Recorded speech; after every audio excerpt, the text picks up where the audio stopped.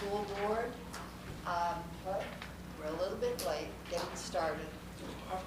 And I will tell you, the lasagna's delicious. You should really be eating some of this. But I will now call this meeting to order. Are there any changes or amendments to the agenda?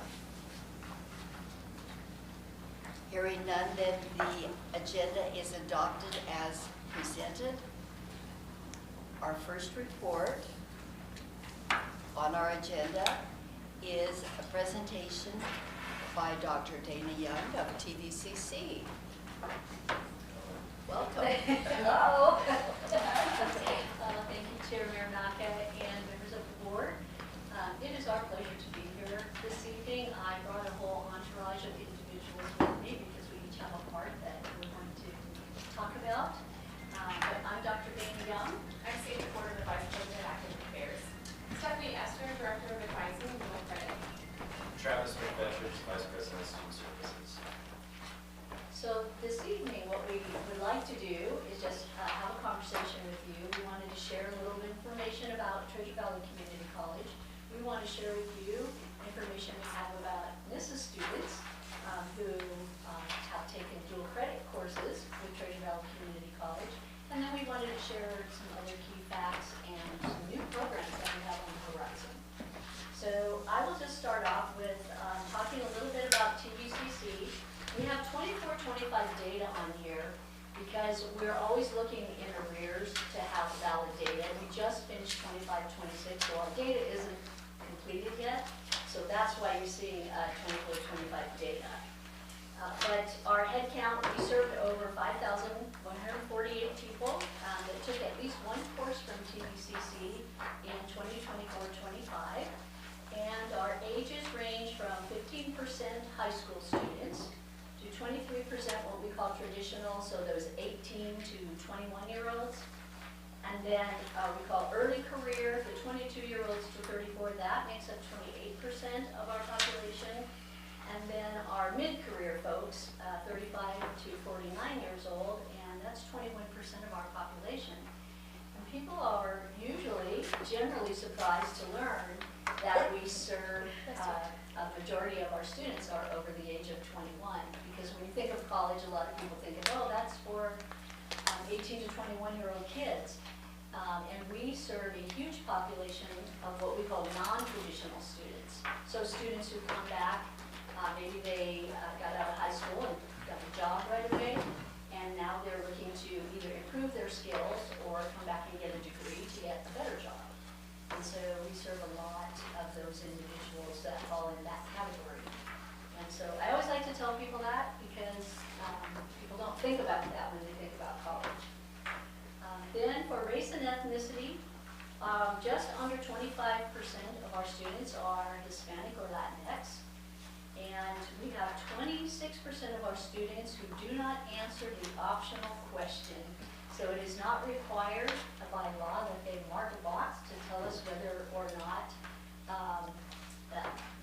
to tell us what their race or ethnicity is. They're not required to do it. So a lot of students opt not to tell us that. So we work on that every year, trying to encourage them. We give them incentives because it really helps us in getting funding if we can show what our true population is that we serve. And then 43.8% of our students are white students. So, but let's talk a little bit about NISA.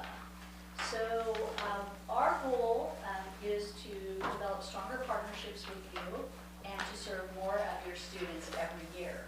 And we want to reduce the college costs for our NISA high school families. And last year in 24-25, 79 students took career and technical education courses, and an additional 34 students took academic courses like English, math, science, social science, history, things like that. And then together, those students earned 703 college credits, saving about $868 in tuition. So that's a savings for the local families. Our regular tuition for 24-25 was $117 per credit plus $24 in fees, and that has gone up $3 each year. So we've been doing that steady as you go since 2019. And why is that important? It's important because we used to be the second most expensive community college in the state of Oregon. So when I arrived and started looking at those numbers, I thought, wow, we have a highly impoverished area, and we have the second highest tuition and fees. We have to fix that. So we started going much slower and backing down, and we are now the fourth most expensive, or most, how do we say that? Most affordable, the most inexpensive in the state of Oregon. So there are 2 or 3 colleges that cost a little bit less, but we have been able to reduce those costs to our students. And so we're pretty proud of that. And for the students that take courses from us while they're in high school, they pay 0 tuition and fees for a CTE course, which is career technical education. Those are things like welding and agriculture, natural resources, things like that. And they pay $45 a credit for those academic or transfer courses, so math, English, biology, those types of courses. They just pay $45 a credit and no fees. So it's a big savings, and so we try to encourage all high school students to take courses that will count toward a degree or certificate. And we are really focusing on that now. We'll talk a little bit more about that, but we don't want our students just taking college credits to take college credits. That's not helpful. We want them to take the right college credits. And so we're really focused on that, and I know that Stephanie does a good job of that and working with your high school counselors in signing those students up. So a strong foundation for future college transfer students. Since 2021, 48 NISA high school students who earn TVCC credits have successfully transferred on to four-year colleges. So that starts them off right. They've got some credits under their belt when they get there, and that helps them to get that four-year degree, and it doesn't cost them quite as much money to do it. Each year, an average of 53 NISA high school students have taken TVCC courses, and on average, they're completing about 6.4 college credits when they're taking those credits, and that saves about $761 in tuition for each student's family. And then NISA high school students continue to leverage TVCC courses for affordable college credit. We've talked about that a little bit. Career exploration, they may not know exactly what they want to do, so they take a course here and a course there to say, is this a fit for me? And so we encourage students to do that while it's that lower price as well, and it creates a smoother transition, both either to workforce training or to go on to TVCC or university study. One other key fact that I thought would just be interesting, so we threw it in here, and then I'll turn it over to Vice President McFetridge, is that the economic impact study that we did back in 2023 says that TVC's contribution to the regional economy, so that's wages, contracts, student spending, total $43.1 million in 21-22. And we just redid that study. We don't have the results of that yet. We do that study every 3 years. So we'll have the results of that study. But that's the impact of the college on Malheur County. And we thought that was kind of important for people to know. So with that, I will turn it over to Travis and have him talk about other key facts. Yeah, so a couple of things that I'll touch on. You'll see kind of a common theme evolving around affordability. That's one thing that I think our administration and our college really put a vested interest into, is really making sure the college is affordable, especially for our area students. If you don't know our TVCC Foundation, our executive director, Kathy Yasuda, hide your pocketbook when we do talk with her, because she does an amazing job fundraising for the college. The foundation, they award over $400,000 a year for foundation scholarships towards our students, and really support that. The other area that we've really been invested in and built up over the last probably 8 to 10 years are tuition waivers. And tuition waivers are really our investment, our expenses at college that we allow or afford to our students. So we obviously have athletic tuition waivers. We have over 15 athletic programs that we sponsor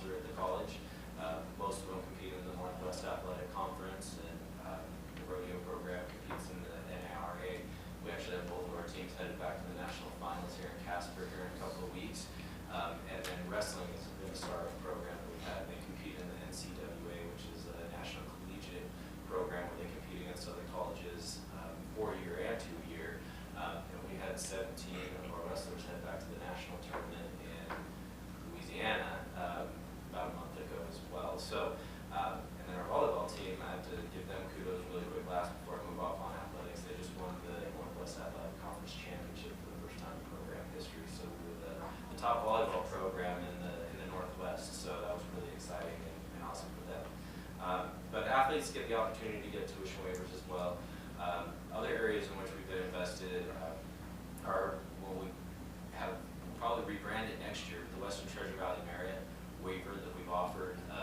We've seen and heard that students that have been high academic achievers in high school, sometimes there's not a lot of option or very competitive when they're in that realm of 3.5, 4.0 GPA for scholarship dollars.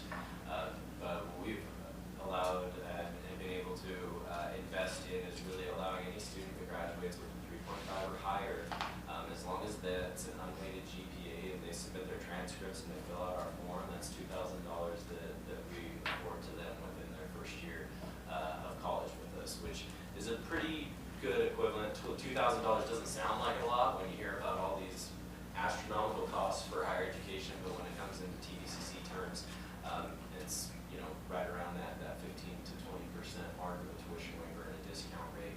I think that's the other thing that we've really been invested in. And our Vice President of Administrative Services isn't here, budget guy, so I can talk a little bit more about it. But really making sure that our discount rate is where it needs to be. We're probably right where we need to be. He cringes every time I try to start a new waiver program. But again, we really see that investment. Other ones that we've had that have been pretty prominent as well. We have our Chucker Promise waiver that can go to any student. That's a recruiting waiver. So if we have students that are right on the verge and they're like, I got my FAFSA, I'm only getting this much. I got a little scholarship here and a little scholarship here, but I don't think I can afford college. Well, how about we give you another $1,000 in waiver this year? Will that help you make a decision to start to get on that path? And it's been a nice waiver to offer prospective students that are really just kind of on that verge of making a decision to go to college. So we usually have anywhere from 30 to 35 students that are able to take advantage of that waiver every year. The Merit one, going back on that one, we're in the 20 to 25. That actually, I think right now for this next coming year, we're already in the 22 range. The nice thing is I looked before we came, and I think we have already 4 or 5 students from NISA that have applied for that Merit waiver. So that's awesome. And the majority of those students this year so far actually have been Oregon students. So it was kind of a flip. Last year we didn't see as many Oregon students take advantage of it. And this year I only have a couple Idaho students at this point that have taken advantage of it. So really excited to see that flip in script there. The Presidential Promise, that's a waiver that President Young, I don't know if you want to talk about that one a little bit. The Sure. Superintendents, go ahead. Yeah, so I give each superintendent 2 presidential tuition waivers to give to students who maybe haven't really thought about college or their families can't afford it. And it's a way to encourage those students to come to TVCC. So we're trying to get more students to see themselves as college level students. And so it doesn't have a high GPA requirement, it's just a 2.0. And we want those students to come. So get that started. And the last one is our CTE Go on. Sandy, I don't know if you want to talk, you're more vested in that one. Yeah. So, yeah. I love to spend college's money on students. So the CTE Go On program is really to take students that are CTE concentrators or career technical education concentrators and help them matriculate. So if they have a certain number of credits they were earned through your school, they can take those. And the idea is it would help them get a career pathway or a good start on a 2-year certificate. We have found a lot of those CTE concentrator students just don't ever feel like they're going to be college students, right? They're hands-on, they don't want to be in a classroom, but I'm pretty convinced we have a classroom for them. We just need to get them driving 12 miles, right, to come see us. So we think some of that momentum building in those CTE students is particularly helpful. Other areas that we have waivers that I personally invested in as well. Associated Student Government Leadership and Activities. That's actually one of the main decisions main decision points I made to attend TVCC was getting involved in student government. So we've also expanded on that. Our ambassador program, our career mentor program, our resident assistants, they all receive compensation through either a waiver, work study if they have it, and then paid employment or compensation for their room and board if they work in housing. And those are all great opportunities, I think. And over the last probably 10 years, we've hired a lot of our employees out of those programs. I'm one of them, and I think probably at least 3 or 4 people that work around me now have been involved One of the last things I'll talk about too is just understanding that we do have a lot of resources on our campus. I think that's also that's a big hidden gem on our campus, that we have the resources that a lot of universities have, just at a smaller scale. So Benefits Navigator, which was initiated by the state and now pretty solidified on our campus to help students with basic needs. If they're unhoused, they're going through a hard time, they need a gas card just to get to class. Gail Van Weerthuizen has stepped into that role the last 2 years and done an amazing job working with students. We have a STEP program that also supports students, so if they're on the SNAP, they can work with the STEP program and receive assistance that way as well. Accommodations, tutoring, we have contracted mental health counseling available on campus. Foundation has emergency support funds. Really have a lot of opportunities and engagements the students have. If you ever have a student that's a TVCC and they're like, I just can't get any support or help, man, tell them to come talk to me, because I will point them in the right direction if they have any of that. The last thing I was going to touch on, I'm going to turn to Sandy, is you'll see a new brand that we have on here. So another area that I have is also marketing. Over the last year and a half, we went through a rebrand initiative, and really excited about it. We launched it. I can't believe it's only been 5 months since we've launched it. It's felt a lot longer, but yeah, I gave you some swag in those packets, some of our new literature, our handouts, our brochures, but really excited about the new brand. Orange is here to stay, and we are the Chuckers. We heard that loud and clear in all of our feedback surveys. So we decided to embrace it to its full intent, and that's really where our brand lies. So I answer marketing branding questions all day long, but I will turn it over to Sandy at this point. So I think part of our goal instructionally is to help students. We know we have talented students locally, and sometimes just the idea of going to college is a barrier. Just a thought of it, right? First generation, all those things. So you'll see our campus starting to reach out to students a little bit earlier. I'm pretty sure Nissen Middle School was on our campus not that long ago, right? So we're starting those conversations. I always talk about you need to find who you want to be when you grow up, right? If that's an electrician, if that's a history teacher, whatever that looks like. And we're hoping to get those students connected with those folks they want to be earlier in their junior high or high school career. The second thing I kind of have as an ask for all of our educational partners is when we talk about education with students, my ask is that you tell us talk about where we started. So many of the times we talk about, oh, I graduated from OSU or U of O or insert your favorite school, right, where you got your master's degree. But I think we don't tell our students how much the first step counts, right? And if your first step is a GED class, or if that's the Treasure Valley Community College, that could be another community college if you had to, right? But I think we don't talk to students enough about how that momentum builds, right? Sometimes the scariest step is just getting started. So I'm hoping that we can kind of frame our conversations and education a little bit that way.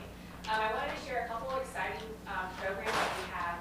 We have recently acquired a new building to us. It's Advanced Energy and Trade Center. So that's where we'll house our electrical apprenticeship and plumbing apprenticeship expansions there. We'll have 2 new degrees, Advanced Energy Systems. At one time, we were playing some bingo, right, in terms of like education, how to market things, but it's really like sustainable energy, green energy, all those words that we're trying to get used, right, to support geothermal, all those energy kind of development things. It kind of wraps all those together and makes it a little less scary as we talk about how we develop energy. We also have a new facilities maintenance degree. I always joke every hospital or school has like the one person who you call first to fix something, right? And those folks are retiring pretty rapidly. And so we're trying to find the next wave of those folks that can tinker with things enough and then know when to call the actual people, right? So we're really excited to launch those 2 new programs. In the fall, we will open the Evelyn S. Dean Allied Nursing and Allied Health Building. We'll hope you'll come join us for that. But that's going to allow us to expand our reach into healthcare, which we're really excited about. Our nursing cohorts will increase. We hope to see an increase in elevation of our EMT programs. Our MA program will increase as well. We're working on a surgical tech program. Keeps me up at night, but I think we're going to get it done eventually. And then we also are in the development. We will start our first cohort of students in a Bachelor's of Science in Nursing. So we're part of a state collective. So we will have a first cohort of six students that will get to join that group by a lottery system of all things to kind of get this collective started. And we're really excited about that. As a small rural school, it's very difficult for us to stand up a lot of programs on our own. But if we can put things together on a statewide level. We think we have some momentum there. We also have just gotten through the first hurdle of approval for a bachelor's in education, so for elementary education. So we've gone kind of with that same model. Our goal with that is we know that you have really talented folks in your schools, right? They're instructional aides, they have worked in your district forever, and probably are running a lot of classrooms for you unofficially, but they maybe don't have the opportunity, right, to move to go to school. And so we're really trying to target those folks that are already employed in your districts, and that will launch in the fall of 27 is our plan. So we're hoping that we can help them with a low-cost entry, and hopefully get on a better pay scale, right, to keep our local schools running. We have some cool programs in terms of CTE. We have a wildland fire program, so if your students haven't got hang out with Max Maeda yet, we'll make sure he gets over to do that. But those students are earning a credential so they could go work on fire crews in the summer. And you want to talk about excited teenage boys, you send a smoke jumper out to talk to them about all the cool jobs and opportunities and that. So we think, and based on where we're at, that's a really good career path for a lot of those students to get started. So I could talk all day, but I won't. Well, my piece is really just, I've been working in dual credit for 20 plus years, and I just really want to express my appreciation for NISA High School District, just like your continued commitment to providing those dual credit opportunities for your students, and whether that's, Mr. Lamb's class or Ms. Watt's class, science and math and writing, or, if we're looking at ag and welding,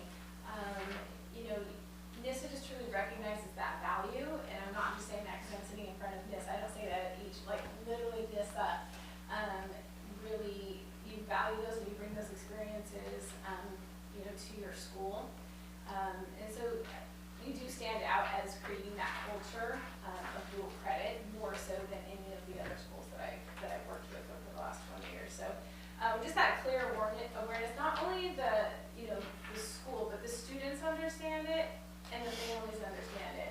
I get a whole lot of phone calls from moms and dads, mostly moms, but sometimes dads, and they just, if they may not know all of the details, but they understand that the opportunity is here, and they understand that there are things, here at the high school and things that they can do at TVCC, and then we just kind of bring all the details together for them. So as you look at this list on the back of this page, right, it's lengthy of how many different dual credit opportunities. There's actually a couple more classes on here that they alternate every other year, so you're not seeing them on the 24-25 school year. They're on the 25-26, so that includes biology and also physical science. But because of this culture that you've created, every year I have usually at least one, if not more, NISA high school students who graduate with their associate's degree when they graduate from high school, right? And it's always a NISA kid, right? There's always a NISA kid in the mix. There might be a Vail kid, or that's done that, but really, honestly, that's 90 college level credits that they have earned while they are in high school. This year we have two, so Caleb Woodruff and also Max Hansen have met that pretty astonishing goal, and they're actually going to be recognized at our graduation next week. So Dr. Young will mention them in front of everyone, whether they all. I think I might have scared Max off when I said that. I shouldn't have said anything because he was like, "Oh wait, what?" He doesn't have to say anything, he just has to No, he's like, I don't know if I want to go to, I'm like, no, you want to go to graduation, you do, it's going to be good.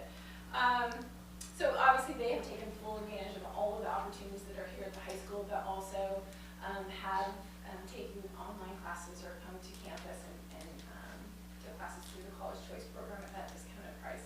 And you guys have always, financially supported those students and always reimbursing the students for the dual credit classes there at the high school.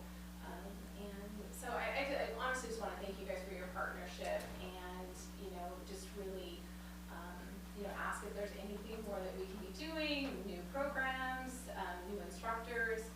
This is also very good at letting me know when there are changes. Sometimes I don't know about instructor changes until the next year. And I'm like, hey, what happened to Bob? Oh, Bob's gone, right? We now have Tim, and here's Tim. So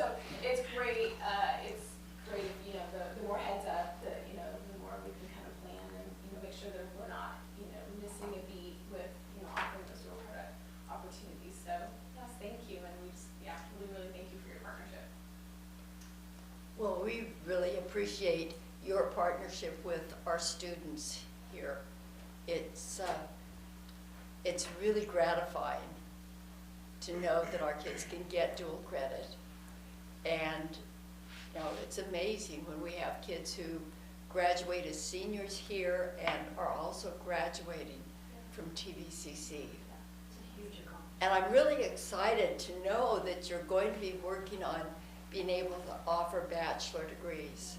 It's so hard for people to leave homes and families and jobs here to get those advanced degrees. So that's a wonderful thing. And we want to keep them here. Sometimes they move away and they don't come back. That's true. Some do come back. But, yeah, but it is really nice. It's really convenient for them. So it'll be a bachelor's in elementary ed and early childhood ed. So those two on the education side, as well as the Bachelor of Science in Nursing. And so it's a start, right? We have to go through quite a process to be able to offer bachelor's degrees, including working with our partner in Eastern Oregon University. We have to make sure we're not stepping on toes too much. The elementary ed one, I have to look at Sandy because she's the person who had to walk through that whole piece at the state level with. We had some very spirited discussions Spirited about how we were going, yeah. But in the end, the Higher Education Coordinating Commission saw the value and the benefit for rural kids to be able to stay rural and get those education degrees. And our superintendent stepped up and spoke statewide about the need for it. So that was so helpful because they really needed to hear that. The commission really needed to hear from the superintendent. So we appreciated that. So it's a good start. Do any board members have any questions for our TVCC? Is there anything more we can be doing? No PTA degrees coming up? Well, you know, it's funny you would ask. I'll let Sandy answer that. Funny you would ask, Yes, yeah. we have looked at it Yeah, pretty so- strongly, actually. So one of the things that my office has to do is be able to show employability for any degree, and that we hear a lot of, we need this, but like, I have this, if you have a link or something you can send me where those numbers are compelling enough for us to build a program, we'd be happy to continue to work on that. It is on our list of things. I would employ many of them. Yeah, it's been on the list. Yeah. And it's still on the list. We can't get employment data. And we have to be able to show that to the Higher Education Coordinating Commission for them to allow us to start a program. So if you could help us find, well, you could write a letter, right, saying I would employ every person who could graduate. Yeah. And help us find where we can get that data. Okay. Because the data just isn't showing a large enough grouping to start a program. But our nursing department has looked at it. Laura Pointer is in charge of nursing and allied health. And we've looked at PTA like 3 times. I keep pushing it. I said, Nick Alderson, we gotta do this. We gotta do this, we gotta do We this. should definitely communicate on that. You just got another job there. I know, yeah. He even offered to, help be clinical site and everything. So we just have to figure out how many students each year and, I'm sending 5 of my staff to PTA school right now. okay. So, but I'd rather than go to TVCC. That's right. We So- would too, right, absolutely. It's exciting to me that you're beginning to have more sports programs, the wrestling, the soccer, because there are so many kids that is the incentive to go on Yes. Yes. for education. Yeah, absolutely, is. I think, and we do, I think even our coaches, we can't tell them who to recruit, but they do actually do a really good job trying to recruit locally. And, yeah, if you have aspiring athletes, send them our way because we love to fill rosters to the max. So, yeah. Yeah. And we have over 250 athletes. So it's a big part of the culture, a big part of the college. So, Any other questions, comments for TVCC? No, I would just like to say I appreciate the relationship building, getting better, right? And I mean, just like last, Mr. Hartman said, it was, you know, like we're working on Math 95 right now. I mean, we just appreciate you guys. Yep, what can we do? Let's work on that. And it's never a no. It is let's work on it together. And a lot of our kids go to TVCC and they see that there is a future, right? I mean, because as we know, most of them are first generation high school graduates. They think that that's unobtainable. And just locally here, not only do I see that, like we want to keep talent here in Missionary, because I know like Nick gets this, right? They'll come for the job and get the experience and then leave with what we've invested in them. And we want to do the opposite, right? We want people to stay here and grow. And so I just want to say we appreciate you guys and we look forward to continuing relationship being better. So thank you. Thank you. Appreciate your partnership. And thanks for letting us have a few minutes. We'll try to come back. We started this. This is a new thing for us. But we have found it to be very helpful. And we'll try to come back every year, but at least every other year if we can't make it every year. And have some time to talk to the board members. And maybe you'll find some other things we do too. So. There's always dinner. I know. We forgot. Make a note of that. So terrible, I don't feed my board, so. Only on study sessions. That's what you get up here to Don't read tell and them, study. don't talk to my board.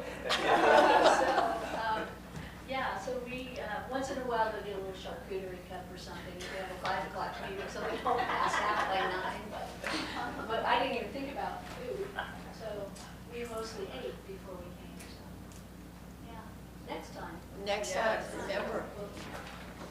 Thank you. Thank you. Thank you so much.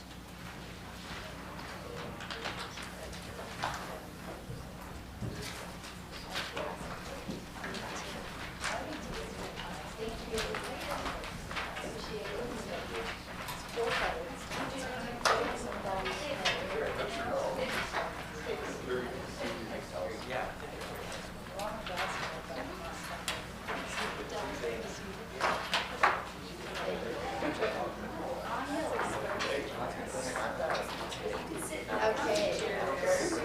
Get set up for the next. So hold on, if you hire people with no experience and then help train them, send them if they're good. I mean, I hired them, they come to me because they are interested in PTA. And There you go. we help them to the That's process great. of applying. Just like, hey, this is how you do it, what you do, this is the place you can go apply. And the whole point of them coming is that they want to. So we're like, my 18-year-old who just graduated since. There are lots of employees that they come. Because they want to be PTA, experience. Keep picture Heidi. And they get this. Yeah, exactly. The retain, I mean, we've hired many of them. But it's a long, that's. Throwing that out there. Try to present it, it's better. Oh, yeah. And losing the mouse is the problem. Yeah, we've had two That's people. not good. No, I just No. have a I easy said I line, so. have 5 right now that are. Let's go slideshow and see what happens. That'd be great. Yeah, try to track that mouse all the way over there. That's the entire list now.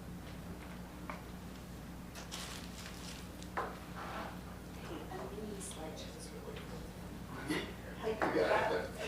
I've never seen that. Neither have I. I was like, I'm nervous. Okay, are we about ready to move on to our next We are, if it will. technical problems? Call your daughter. Yeah, exactly. Okay. So second visit. Give me a hammer. Yeah, look at that. Good. There we go. Got scared because I was there. As Exactly. soon as he was talking about the hammer, I was like, okay, that's right. I am not a sit-down presenter very well, so I'm gonna stand and visit, and I'll see if this will work here real quick. Do you have any raffle tickets? You know what? I was sitting over there honestly, and I went, I should have fresh. If you haven't heard him call a raffle out, like it is probably one of the greatest things you'll ever hear in your life. Raffle! Anyway, sorry. Yeah, I do, a lot of my presentations, I do raffles, give out prizes. So what, we don't. Well, yeah, I know, I sat there and went, you know, but it's a school board meeting, and so I wasn't sure. Yeah, exactly. Exactly, right? So, so thank you very much for having me here tonight. When Ryan called and asked if I would be interested in doing this, he said I had to keep it to 90 minutes, so I will do my best to do that. Okay? I know, look at that. Okay, I'm kidding. Okay, this really is about a 1 hour presentation, but it's going to be about 20 to 30, probably 30. I'll keep an eye on the clock, keep moving. So my name's Kevin Purnell, for those of you who don't know me. Been in education for 42 years, 19 years as a teacher, and then 18 years as an administrator, principal, superintendent, sometimes teacher, because I've always been in a small school. And so when you're in a small school, sometimes you're the superintendent, principal, and the geometry teacher, or the personal finance teacher, or both, right? But the last 5 years, I've been working at the Mount Airy ESD as the school safety and prevention specialist. And really my job is 3 buckets. There's suicide prevention, so I will do trainings for schools on suicide prevention. I've done that with many folks in the Nissa School District. I do cyber safety, cyber awareness, and anti-bullying lessons, which I had the pleasure this year of getting to work in the Nissa Middle School. I came and taught 6 different days in the middle school, which was an interesting deal because it was set up to teach 6th graders and do cyberbullying, cyber safety, anti-bullying stuff, getting along with the other social emotional stuff. And it was supposed to be for 6th grade, but your guys' middle school doesn't just have a 6th grade health class. It's 6th, 7th, and 8th. And so for me to, as part of the grant, I had to do 6th graders. So in order to do the 6th graders, I had to do the 6th graders, 7th graders, and 8th graders. And I'll tell you, again, only been in small schools, I've never taught the same lesson twice in one day because I always had 6 different preps. And I had to teach the same lesson 7 times, okay, to all of your middle school, right? And some of the classes were 20 kids, and one of the classes I think I had 72. That was quite an adventure because by about the 3rd or 4th time, I was like, I'm getting this down. And by 5th period or 6th period, I was like, did I already tell you guys this? I don't remember what I said, right? It's like I was getting a little confused. And I'd look at the teacher and they'd go, that was the last class. He said that the last. It's like, I can tell you this story, so I wasn't saying the same story twice, right? So, but then the other part of mine is what's called behavioral safety assessment. And so, having been in education for a long time, I understand as an administrator, when you have a student who's creating an issue or is a problem or there's a concern, and you handle it, oftentimes the teachers will go, why is nothing happening to them? What happened? I want to know, right? I know that because I was that teacher, right? I would go to the principal and go, wait, this happened in my class. What's happening? I don't understand what's happening, right? And so I want to know what was happening. So I get that. And sometimes you guys probably get that. I'm going to guess as school board members that something happens at the school and somebody's calling you and going, okay, this is what I heard, what's happening, right? Okay? So what I'm doing is I've actually come to this and taught this same thing, or presented the same thing to your entire staff in a 1-hour work session, and basically explain to them what behavioral safety assessment is. And so Ryan asked if I would come and just show the board. I put that out to all the superintendents in the county about 2 weeks ago or so at a meeting and said I'd be willing to do it. So he asked me if I would come and just show you what behavioral safety assessment is. So that's what I'm here to do. Okay, does that make sense? Okay? All right. There we go. Okay, so this is the basic flow chart. If you have an incident in your school or a concern, right, there you can look into it, okay? And if it's a serious threat, right, there's serious bodily harm or injury could be done, we're contacting law enforcement right away. If not, you guys have a team. Each of your buildings has a team. You have an elementary team, a middle school team, and a high school team. Then we'll take a look at it, but the administrator will call somebody in, probably your SRO, maybe the counselor, and say, what do you think? Where are we on this? Do we need to do a behavioral safety assessment, right? Or do we need to go directly to law enforcement with this? Or is there no concern, okay? They're going to make that decision. If it goes here, law enforcement's going to take care of it, but they're not done, and I'll show that to you. But, you know, they may go, no, there's not, it's not a concern. We checked into it, that's really not happening, whatever it might be. Or they may say we need to do what's called a level 1 behavioral safety assessment.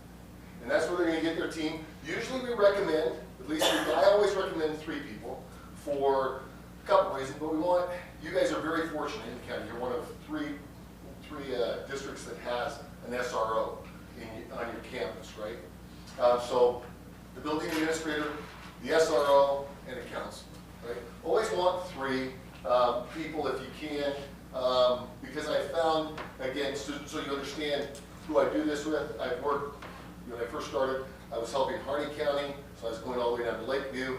I was helping all the way to Burns. Lakeview, I was going down to Lake County, Wallowa County, and then Grant County, as well as Mount Airy County, right? So I worked a lot, but what we were finding is in some of the schools where it was just 2 people doing a behavioral safety assessment, it was often a counselor and a principal, and the counselor would just defer to the principal because the principal's their boss, right?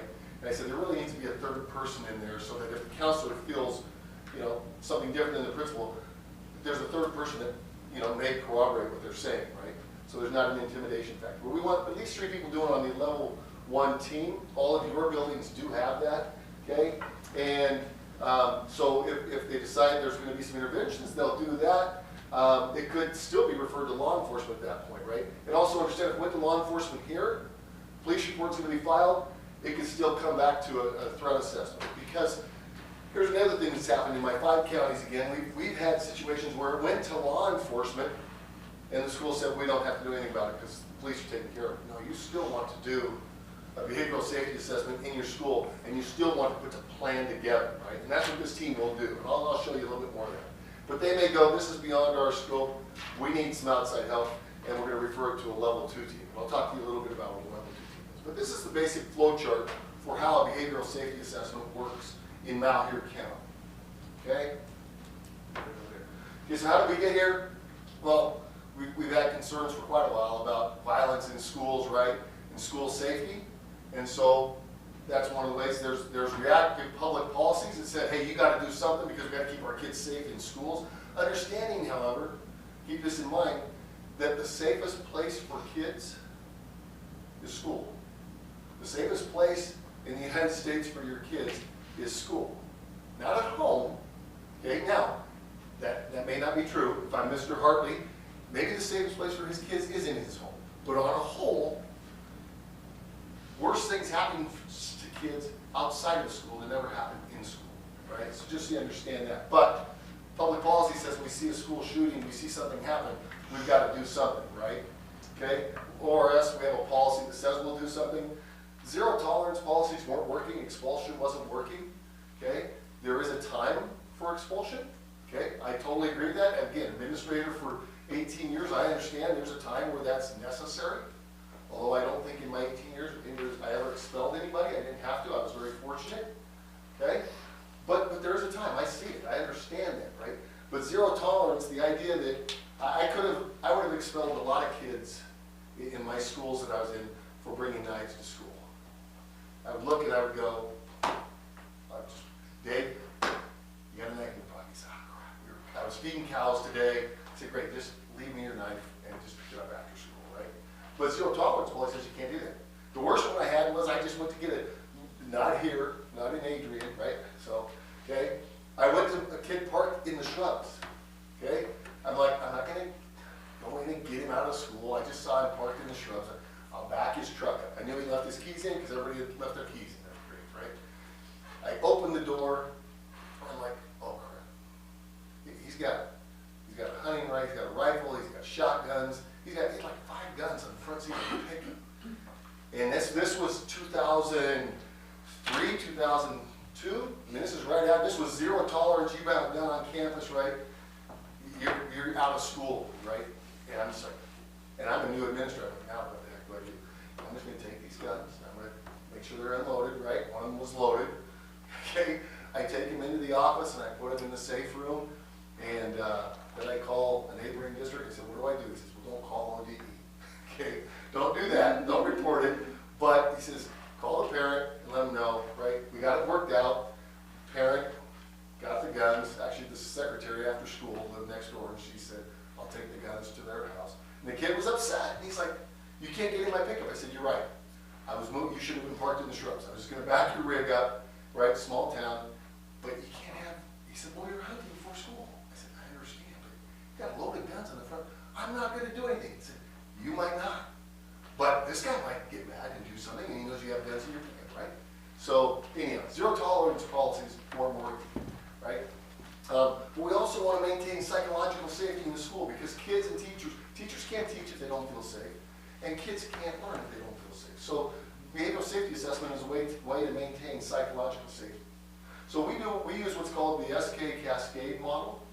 Okay, it's recognized nationally. I was in Florida a couple years for a training at what's called the Association of Threat Assessment Professionals, and just the schools in Michigan, New York, Virginia, that are using the SK Cascade model, right?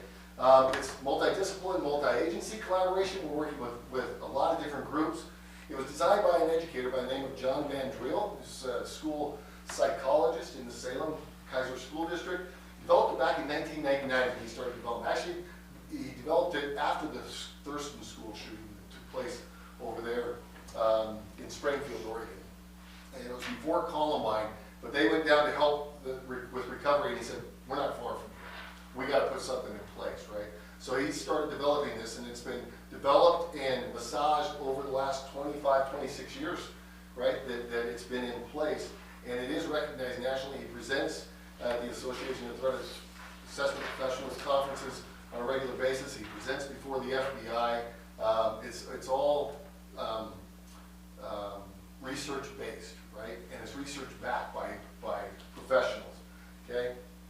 And then there's shared ownership, because if you're a building administrator, and let's say you're the building administrator and you have a situation comes before you, right? And you go, yeah, we're not gonna take this any further. I know the family, right? We're good friends with the family. This kid would never do anything, right? Well, that puts a lot of pressure on you. Then if something does happen, you are the only one that made the decision, right? Okay? So what we're trying to do is we want multiple eyes on this situation. We don't want anybody to say, well, Pat was, showing favoritism because this is, the great athlete or the 4.0 student or whatever it might be, right? And we're going to all take a look at it. We're going to have our team look at it. So we share the responsibility amongst the folks in the school, right? It includes equity language. That's a big deal in Oregon, and it is important, but it's also trauma-informed strategy, right? And it's restorative practice. It's not we're just going to punish kids. We're trying to help kids, right? Ultimately, what we're trying to do is we're trying to keep the student in school if we can, keep everybody safe, but then what can we do to surround the student who is making the threats, okay, to help them out, to help their family out, right? Lots of checks to make sure there's no bias. It's really easy to use, and there are step-by-step instructions for it, okay? So, used to be behavioral threat assessment. Oregon changed it to behavioral safety assessment. Everywhere else around the nation calls it threat assessment. Oregon says that's too harsh a language, which you can sort of understand. If we say we're going to do a threat assessment on your child, we consider that a threat, okay? You're going to get really defensive. Whereas we say, we're just doing a safety assessment. We want to make sure everything's okay. It's a little easier language to handle, okay? Right, so definition of a threat, the intention to commit harm or to target, to menace, be a source of danger to a target. Okay? Here's the objectives. Again, we're going to assess the threat, assess the behavior to see if it's harmful, if it's lethal. Okay? It's going to be organized. We're going to organize our resources and strategies to manage the situation. Okay? And again, try to maintain that sense of safety, this psychological sense, because your parents want to feel safe too. They want to know you're doing something, right? We've got a plan in place. And so the idea is, Ryan didn't just make a decision, right? Luke didn't just make a decision, okay? Andrea didn't just right? They got a team together, and they worked with their SRO, they worked with the counselor. We've come up with a plan, right? Okay, so we're trying to keep everybody safe. This is just what it looks like. This is our, on our webpage. They can pull up this page, and it just walks them through, step by step, what your team needs to do. Now understand that your teams have all been trained. Okay, actually John Van Driel has come out and done the training twice for us, and he'll be out again in August to do another training for us. Is that our behavioral safety assessment, or behavior safety and prevention day, refresher day. Okay, so John will be out, he'll do level 1 trainings in the morning, he'll do level 2 training in the afternoon. Okay, which is really neat because he's booked all over the nation and he's going to come to us. So I can pull those up, whatever, but really, and I can leave the slideshow with Ryan if any of you guys ever want to pull these up. But you can go to the ESD website. There's a guide on behavioral safety assessment. All the forms that they need are there. And understand, if they're doing a behavioral safety assessment, that's going to include, we're going to interview the student of concern. We're going to interview the teachers that have that student are going to complete a questionnaire on the student. We're going to interview the parents, okay? We're going to interview the victims, or the person who received the threat, right? Or any witnesses. All those folks are going to be interviewed, and that's what the team's going to look at as they complete behavioral safety assessment, right? It's not, again, just sitting around a table and talking for a few minutes. They're going to do interviews. And it goes fairly quick.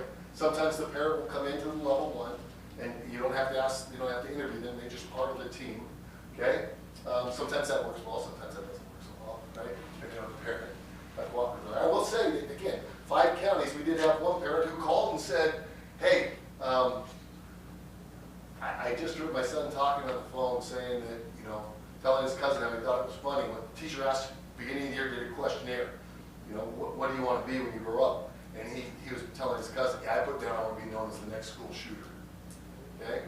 That's kind of a scary thing, right? The parent called and they're like, he didn't turn it in, he threw it away. But the fact that he's bragging about it, guess what? We have to deal with this now, right? That's a concern. Because then the other teacher goes, you know, I thought it was kind of weird when I said, what do you like to do after school? He goes, I like to kill things, right? I like to hunt, okay?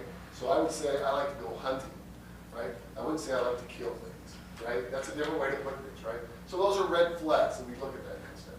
CIRC is another area that we do. It's the Sexual Incident Response Committee. We have that on our website as well, so we have a team that, if there's troubling sexual behavior that kids are displaying, whether it's sexual harassment type stuff that doesn't qualify necessarily for Title IX, okay, we'll look at that and we go, is this age appropriate behavior, whatever it might be. Those are some other forms that are on there that we do those, okay. What we're trying to determine though is this a reactive behavior or is this targeted and premeditated, right? Because there's a difference between those two, okay.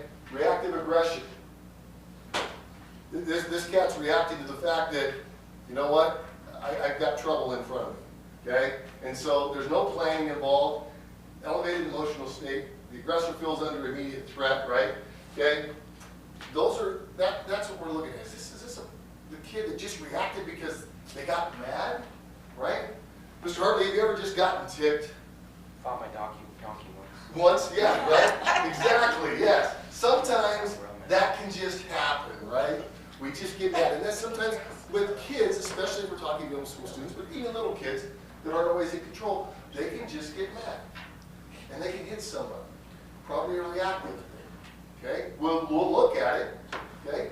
But if it's reactive, okay, we need to work on trying to change the behavior. Right? And Ms. Ramos did 5th grade for years, right? Okay? I'm sure you saw a lot of reactive behavior when you were doing 5th grade. Okay? So this is different. This is targeted violence, right? This cat, you're not going to want to pick up. In this state right here, that cat will do some damage to you, right? Okay? This cat, you could probably walk over and pick it up. It's sneaking up on this nut. It's just going to be probably calm, right? It's not going to react the same way. That's the concerned student that we have though, right? Because there's planning. Okay? It's not reactive, okay? It's not the result of somebody snapping.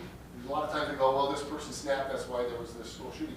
No, that's not. I'm going to show you the steps to it and what we're looking for when we're doing a behavioral safety assessment. Okay? They're thinking and behaving in a way that they've been planning this out, right? Okay? And they display attack-related behaviors that move along a continuum. Okay? So here's our pathway to violence. And this is what we try to teach is that there's a grievance. Okay? Now, if I were to ask you in here, do you think you could ever hurt somebody? You do? Yeah? Really? Why would you say that? I'm not trying to single you out because I know that I understand. Why?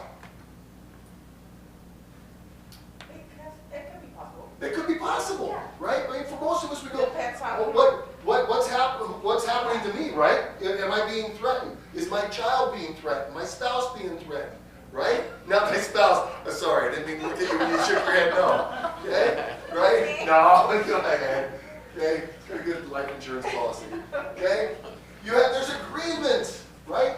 Well, this is what we find with school shooters. There's usually a grievance. There's something there, right? There's something that has gotten them, okay? Okay, and so then they start thinking about, if I get the opportunity. Then they start planning what it might look like. And they prep, and the preparation might look like, I've got drawings of the school, okay? I've got drawings of this person's house, whatever it might be, okay? And then the breach is, I'm gonna practice it. And this, you find, this is the continuum, most of them go along, right? The practice might be, well, I brought a backpack filled with, that had a gun. Or I had brought a backpack with ammunition just to see if anybody would notice. Or I brought a backpack that did have a gun and I showed somebody. That would be considered leakage right there. I'm showing somebody. And nobody stopped me, okay?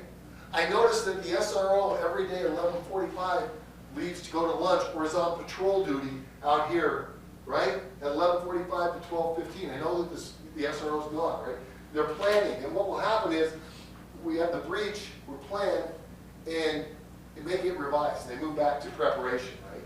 Okay? But then there's the implementation. Okay? And often it comes out as, if that kid says one more thing to me the next time, okay, I'm doing it. I'm taking care of it. I've already got a gun. I got it planned out, right? Okay? That teacher says one more thing to me. The crazy thing is that oftentimes these things, there's leakage, and you probably know this, Mr. Lou, right? Is that there's often leakage, and the sad thing is, this is why we want to tell our students, see something, sense something, say something, right? Okay? But, for example, shooting down in Texas, kid just says, hey, you don't want to be in the foyer tomorrow, okay? You don't want to be in the foyer tomorrow because it's not going to be pretty. So stay away from the foyer, but you might want to bring your phones. Kids showed up they had an area above the foyer with their phones to record, and they recorded the vice principal getting shot. Right? They didn't say anything. So we tell our students, that's what you train. Okay? See something, sense something, say something. Right? Okay? What we're looking to do is get inhibitors in this student's life. What are some things that we can put some positive things in their life before it gets to the implementation part, right? Okay? Because there's going to be a trigger that initiates. Okay? So, Ryan's team, let's say Luke and Talon and Chris, and who would be the counselor at the high school? Tracy. They do a level 1 threat assessment. Now what? They're going to put a safety plan in place. They can either dismiss it, or they can put a plan in place. Dismiss it means there's no credible evidence that there's a concern. Or they put a plan in place. Okay? Or they request what's called a level 2. We need the level 2 team, which is our county team. Okay? So developing safety plans, they're going to be consistent with the risk. Give you an example, the student I mentioned that had said that they want to be known as the next school shooter. That school did a safety assessment. Their plan included, one, the parents will bring them to school every day, because we're not going to put them on the bus. 2, when they get to school, the SRO is going to bring them into the office and do a backpack check. Okay? 3, that student's just going to have their classes in the office for a while, right? Because, and if they have to use the restroom, somebody's walking them to the restroom, right? We're going to have eyes on them 24 hours, or the entire day. We're going to have eyes on them all the time for a while. And the kid eventually was like, I was just messing around to see if I get people's attention. Well, you got people's attention, right? It's just the wrong kind of attention. And he goes, I know, it was stupid. Right? But we're going to put a plan in place to help the student, okay? Each student who comes to the attention of the behavioral safety assessment team may require an individualized plan, and we're going to monitor and manage, right?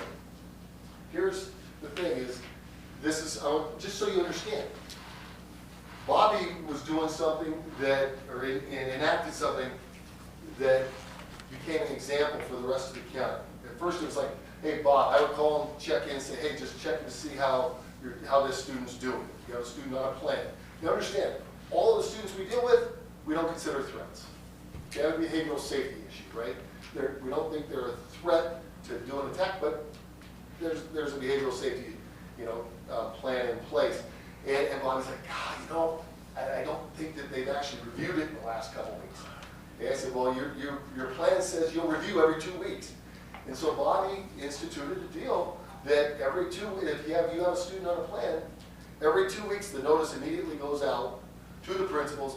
Don't forget to get your team together and review this student, and this student, right? And we shared that with our level 2 team, and so other schools started doing that, right? Because it's easy to forget. Oh yeah, we have to review this. In fact, I have a school district just a few weeks ago, put a plan in place.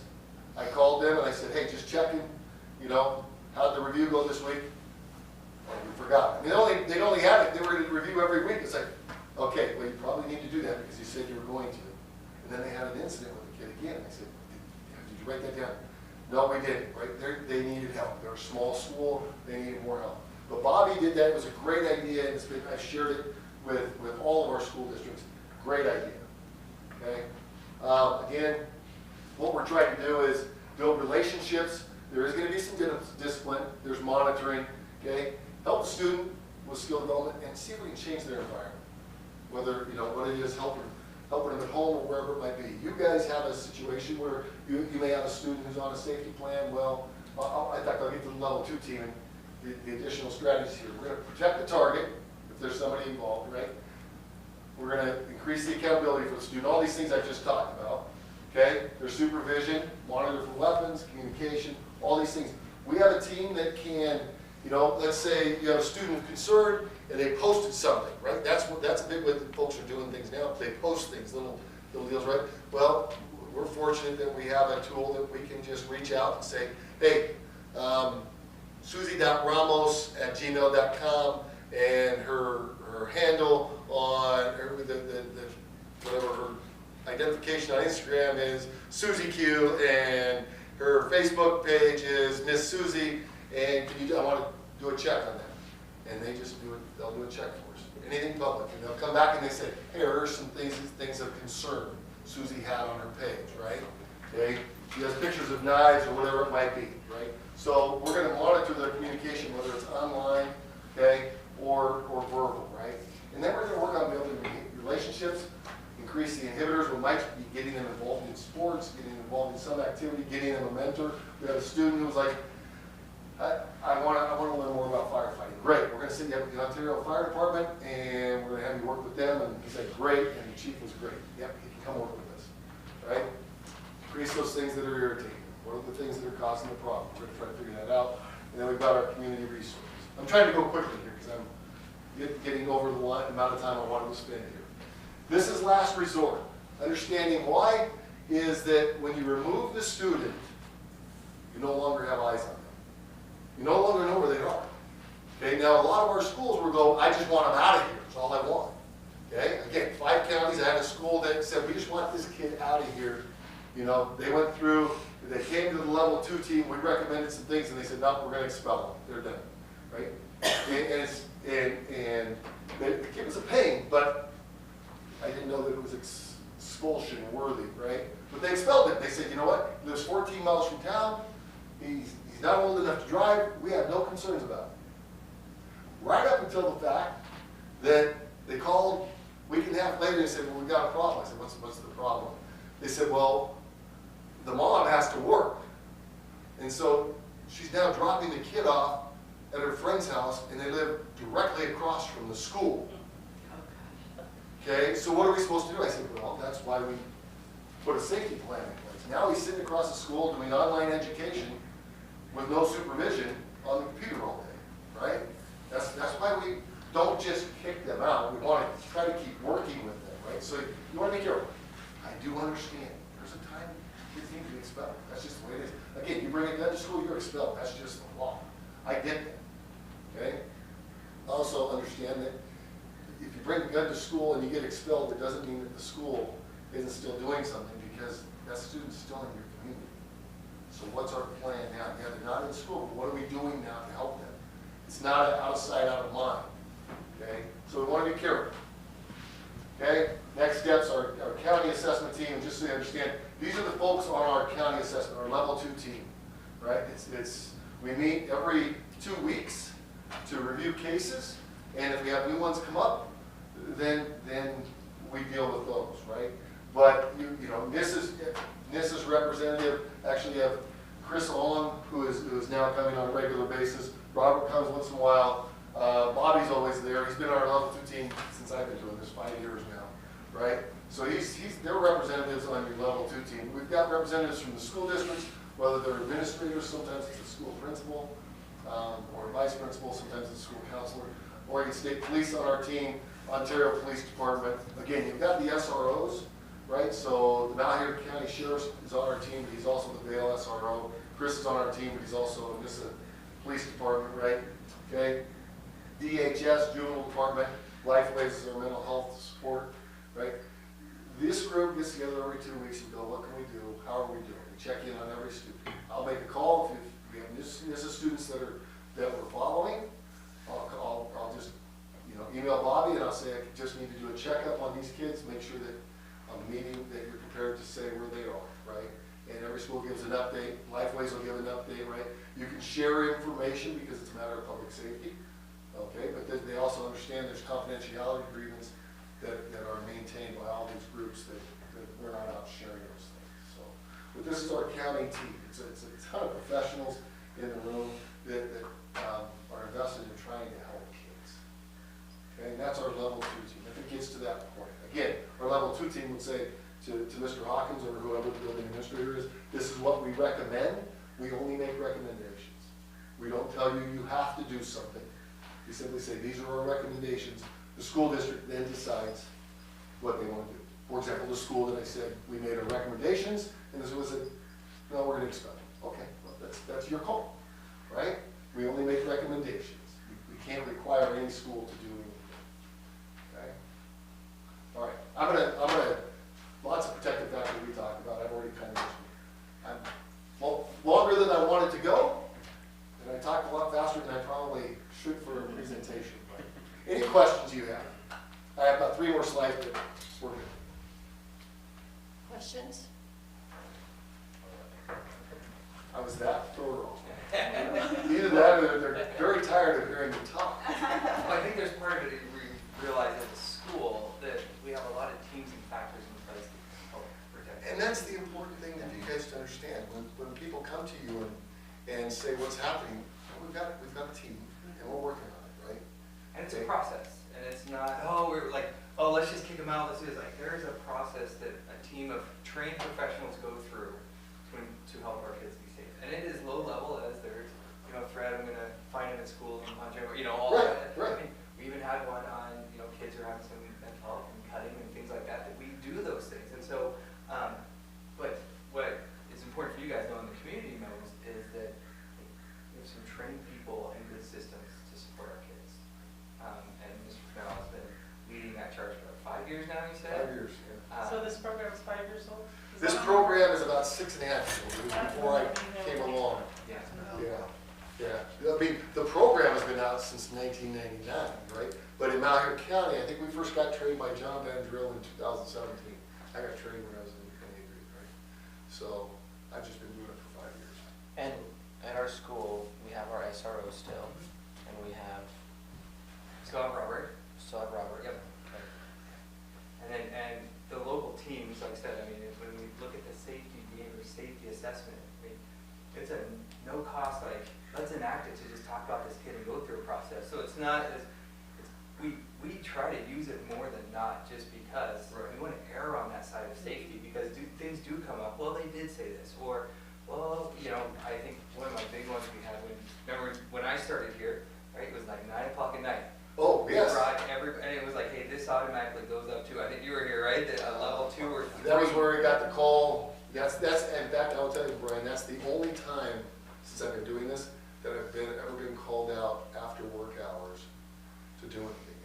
And we got the team together. The team met right here. I mean, you know, county sheriff was here, NISSA police was here, juvenile department was here, state police came, right? I mean, they all came and said, yeah, let's meet there. They've got a situation, right? And it doesn't always have to be that way, right? You sometimes have elementary kids who, one of our deals is, if you feel like you're at wit's end and you don't know what else to do with this kid, then you can call the level 2 team. And so we work with kids that are in 4th and 5th grade, but now we're trying to give wrap services for them from Lifeways and give their family some help in, because this kid's showing, gang ideation, or he's being a pain in the class and it's constant, right?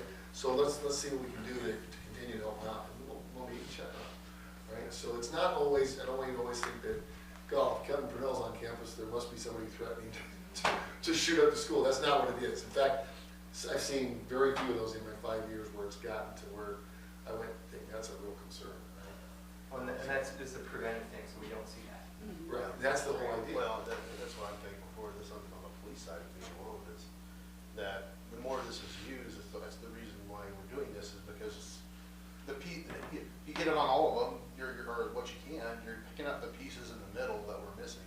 Now, and then you get later on, when something like that does happen, you get that, well, how come we didn't look at this, or how did we miss this, or how did we miss this kid? He was getting caught, he was talked to, there's these things happening, and nothing happened. Yeah. That's what we're trying to do, right, is to try to prevent you having to deal with them when they're 16, 17, 18 years old, right? So, sorry, took longer than I. It's a great topic. No. Do we have any questions for Kevin? Thanks for dinner. You're welcome. Thank you for being here. Thank you very much.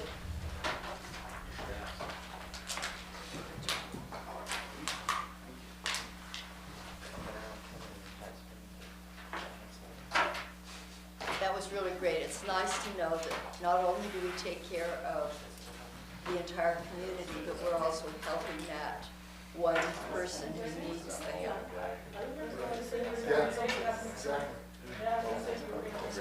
Yeah, exactly.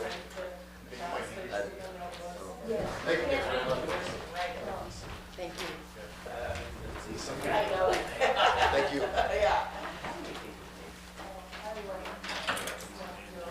Shall we move on to the next portion? All right, thanks, guys.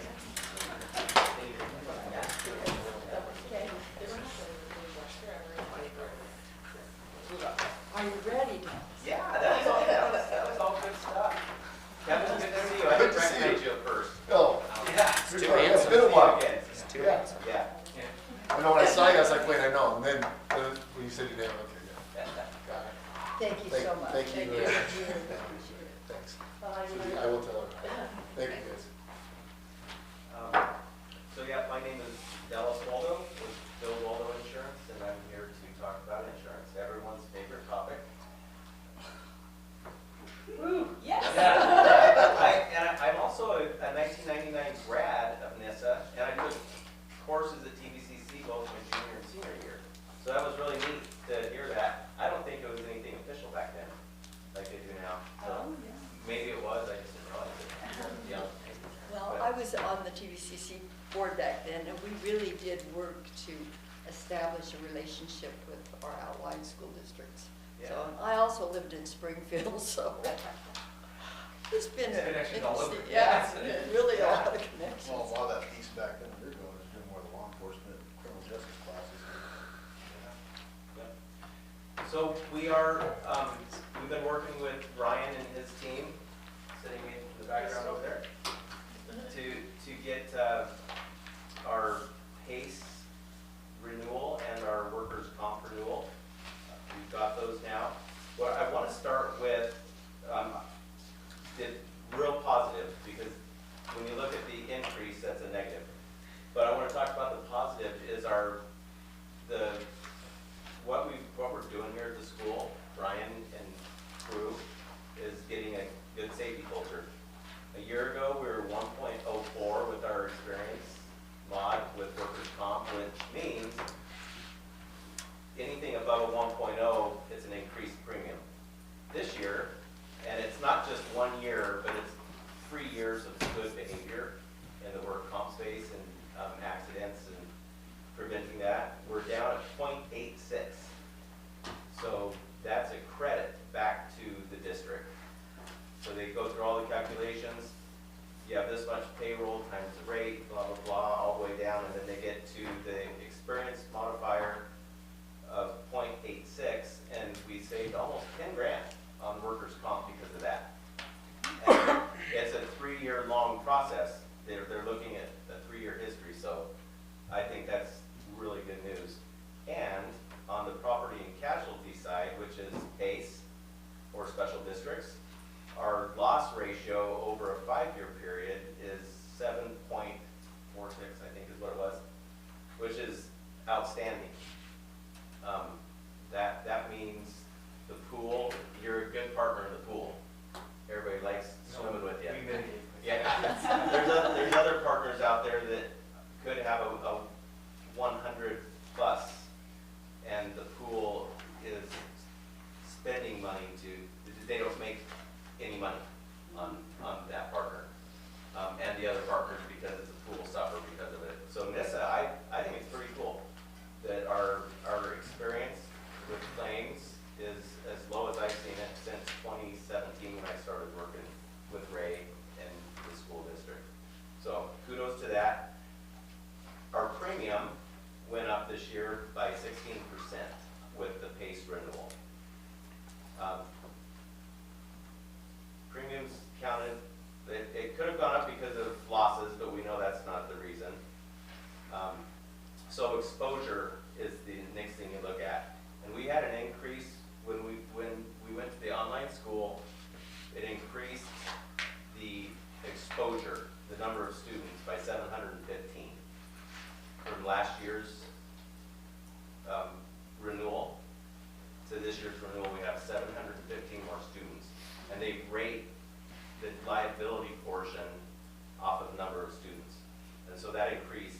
When you flip through this, and I don't know if you want to go through this, but just read through it. But on the second page, you'll see at the bottom of the first page, our liability increased 48% for educators' liability, and it's a combination of the increase in students, and it also has to do with liability claims. They're seeing verdicts out there that are catastrophic verdicts, basically. In fact, a group of us went back to Washington, D.C. with the Oregon independent agents to talk to our senators about the legal system abuse in insurance. I don't know if we got anywhere, but hopefully somebody listened.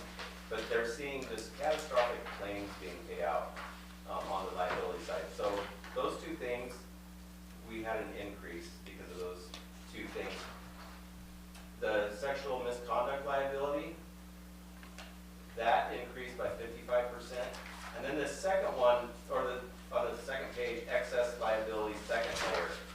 That's the insurance that special districts and PACE is buying so that they have a stop loss. They get to stop paying at a certain point, and reinsurance takes over. The reinsurance markets are the ones paying for those large claims. And so their rates to the pool have gone up, transferred down to us at the school district. One thing about sexual misconduct liability is it does have eroding limits. Sometimes the most expensive part of a SAM claim is the defense. And you can, outside of this one, you can hardly find a carrier that gives you SAM coverage that has the limits that are not shared. So it could cost $3 million to defend somebody, a school district. But the eroding limits means that's going to eat away at your overall coverage. Does that make sense? SAM coverage. Sexual abuse and molestation. Yeah. So I just wanted you to understand the limits on that. That as they pay for defense, that's eroding your limit. Dallas, Yes. sorry, am I remembering right from last year that limit is a pooled limit?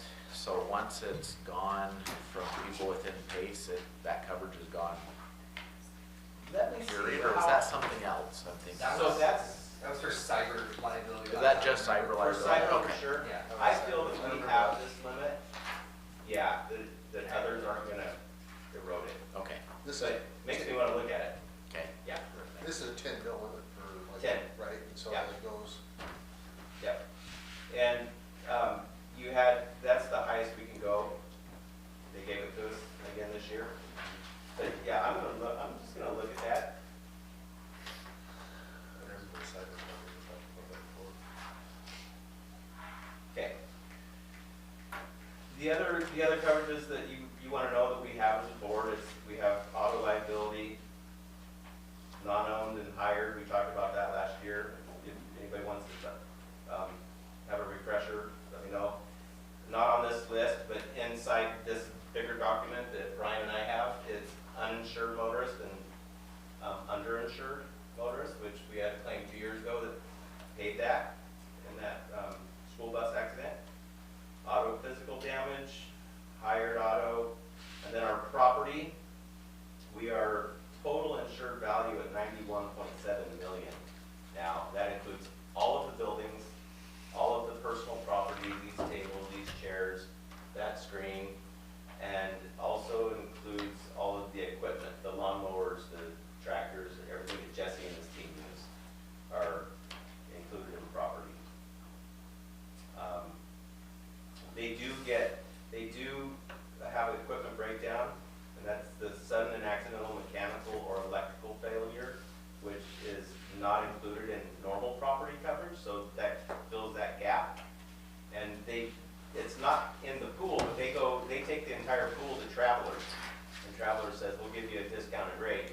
And so if you were to buy that on the standard market by yourself, it'd probably be triple that, $6,000 that we're paying. So because of the big group, and there's $50 million limit for $6,000, pretty good. Can I interrupt real quick? Is the turf part of that as well? That would be under the property. Oh, property. So got it. yeah, we specifically list the field as property. Equipment breakdown has to be a mechanical or electrical failure. Yeah. Then we have our 500,000 limit on crime, and here's our cyber that we do share. And I came a little more prepared this year. If you go clear to your back page, the back page, I got 4 indications of markets outside of the PACE program for cyber to consider. It's expensive. 14,000 was the cheapest one, 26,000 the most expensive. And it's just an indication. We'd have to go through more underwriting. But I want you to know that there's another option out there. Cyber is, we see it all the time, seeing cyber claims, and that's the portion that's shared between everyone, $1 million. And one school has one normal cyber claim, and it's gone for the rest of the pool for the year. So, look at that sheet and think about that, and we can have a discussion. It's available.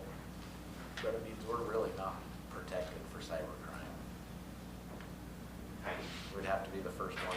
You wanted to, yeah, it's the only time you want to win it. Yeah, Right. be the first on a claim. Since our good thing our internet goes out, it comes back. That's right. Just kidding. The hackers can't get it. Yeah, it's so bad.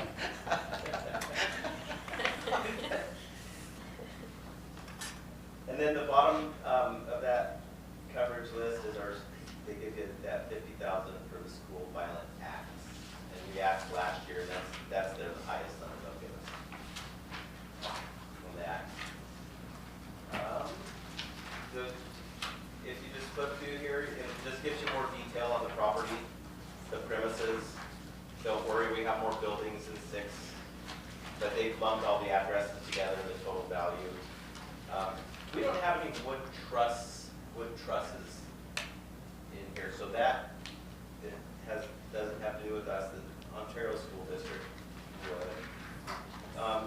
On the next page, educators' liability, I highlighted this, that the individual obligation, every administrator, director, officer, and superintendent carries personal responsibilities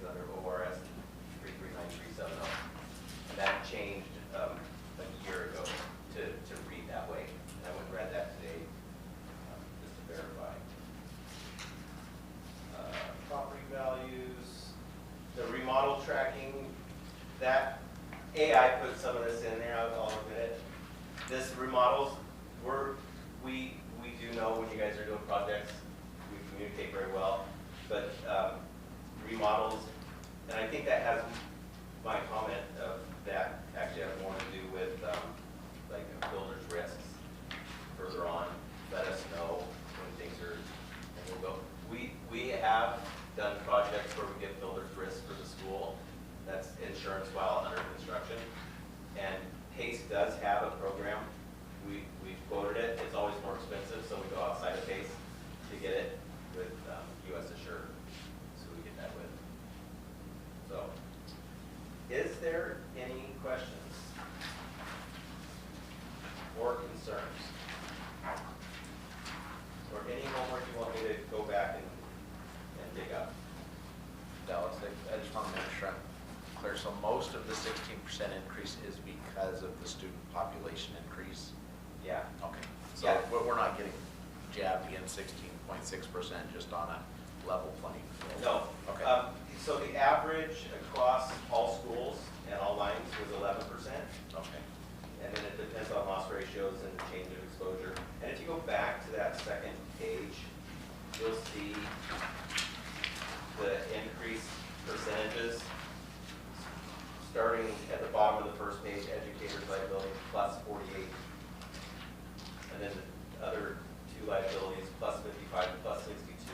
I guess the next largest was the auto physical damage, was an increase of 12%, or than the next highest. So, yeah, it is, and so I guess the positive spin on that is growth. Like that just shows the growth that the district's doing. That initiative. And we've done every step. I mean, it starts for us back in August when we had all of our buildings reassessed. We have PACE come out and give us a risk assessment. We have our safety chiefs. And so we've actually been working to get this implemented for about a year. But yeah, I mean, with increasing student enrollment doubling essentially, Yeah. we have to expect it's going to increase our rates. So as you can see, like we've been doing all of the right things and everything is down except for student numbers. Yeah. Which is a good thing. Which is a good thing. That's more income, more revenue. Yeah. Any other questions for Dallas?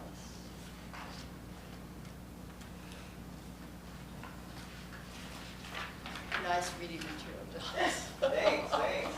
Applause. So I left with Ryan that he needs to sign it. We've got, sign it when you can, and I'll stop by and get it. Yeah, so thank you very much. We appreciate working with the school district. Thank you. Yeah. You betcha.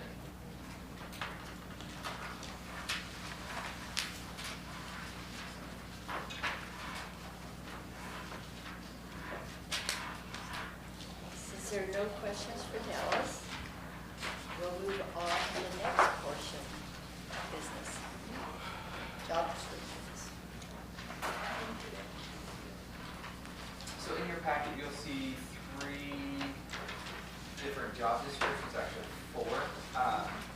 And it's been it's not in policy, it's kind of our unwritten policy to bring job descriptions forward to the board just to read, so you guys can read the brand new jobs that we have out. So these are not pre-approved, these are new ones we hired this year, the autism consultant, the speech SLP.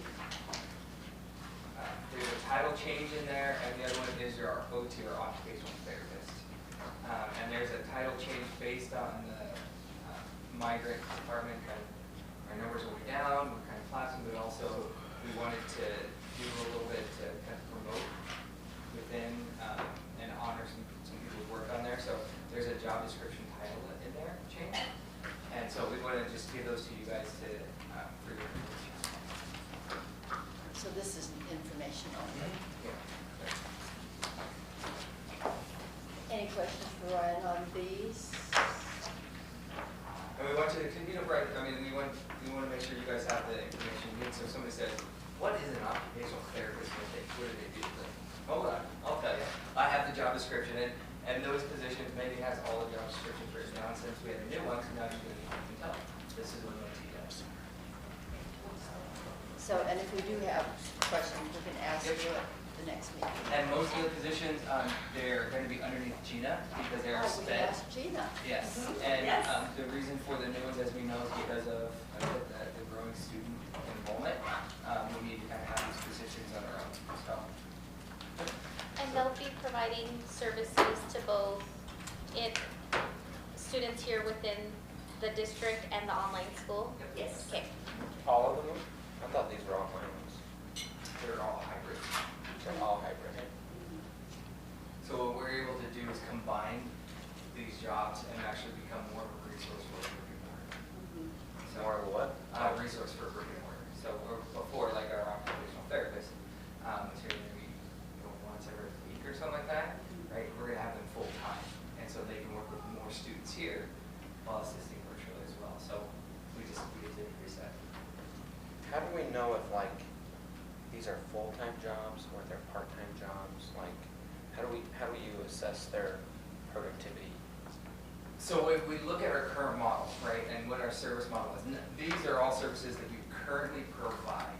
And we say, okay, how much are we doing? And then what we do is we look at our brand new projected enrollment, plus we have like kindergarten roundup, we'll look at sped numbers, and then we said, okay, we average about X amount. And then if we increase it, we're gonna have to increase the load as well. And so we use those data points to say this is a full-time. This is close. They're actually, a couple of them are about 0.75, 0.8. Wouldn't be but we say this is about a 1.0, and we get to use that light for the brick and mortar. So that's how we predict a lot of our numbers, is on those things. So you gotta look at historical trends, and the great part about being here in Mesa, when people say, how do you project enrollment, things like that. You look at our enrollment numbers, they've been pretty consistent for the last 40 years, right? And really, the only thing we do see is an uptake in our special ed, those resources, and mental health. And so, and we project that. And so we have that new counselor that's going to be a virtual counselor, and half virtual, half brick and mortar, because of that reason. Kind of the mental health, the counseling side, those needs are going up. How do they, I mean, like a OT, how do they do online? So I can let you answer. Actually, she would be the proper person to answer that. I'm sorry. Go ahead. Yeah, so they do make assessments now that they can utilize online, so they can do those activities online. They also will do observations online, so they just set up an appointment with the parents, and the parents might have them doing a writing activity or something that the OT has sent ahead of time. That's what we've done the last 3 years with virtual school kids, is all of their services have been through contracted providers, but now we'll just need to work with our team and then figure out ways to provide those services that are meaningful and beneficial for all of those kids.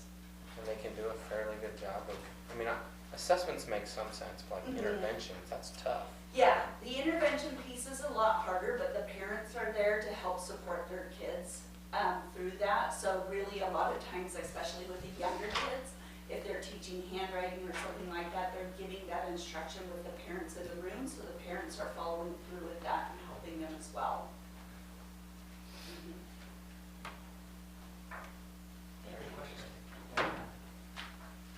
Other questions? These are jobs that previously have all just been contracted out, right? All of these have been subcontracted out. Okay, and we've gotten to a point where it's more expensive to subcontract than it is to hire? It is actually, what we look at is for what we're paying right now and what we need, we can get a full-time person here. And so actually that resource, we're maximizing the cost of that resource. And so, yeah, because our SLP, which usually ESD runs, we can actually get them here for the same price, obviously we're increasing the work, and then be able to use that extra time to get back to the burger markets. Okay.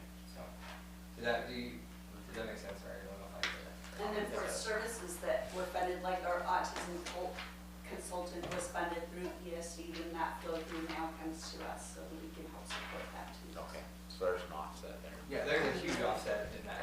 Yeah, if I understand right, it's like the contracted ones, they're only here during the time of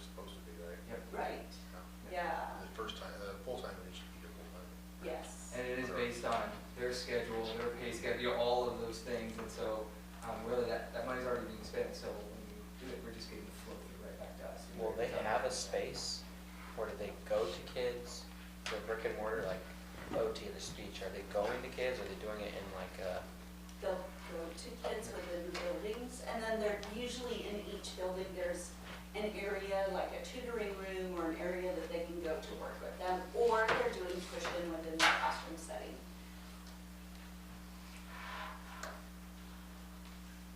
Other questions? Very good questions. A lot of people running out of room. Yes. Just put that out there. You see how I'm skipping ahead? Anyway, continue, go. Okay, shall we move on to the policy review? And the policy review is just a reminder for the board. These are the policies that we started, right? We've been going through A and B, and general, our section C is our next policy review. And Ms. Glenn, you can correct me if I'm wrong on this, but so we had our policy update from OSBA in April. They have not got the official revision to us yet, so as you see it here, the official revision, everything won't come out until this month, they said, correct? Which will back up to our next policy update. But you do have that here for reference, so really the policies are just as reference tonight. We're not really going to get into them, we can't get into the updates, and the other ones are just reference. A couple of the new updates, as you can see, are C, which we're looking at, and so it's kind of, we'll look at a policy update and review at the same time. So, anything else I'd like to cover? And you'll keep us Yeah. updated. Questions?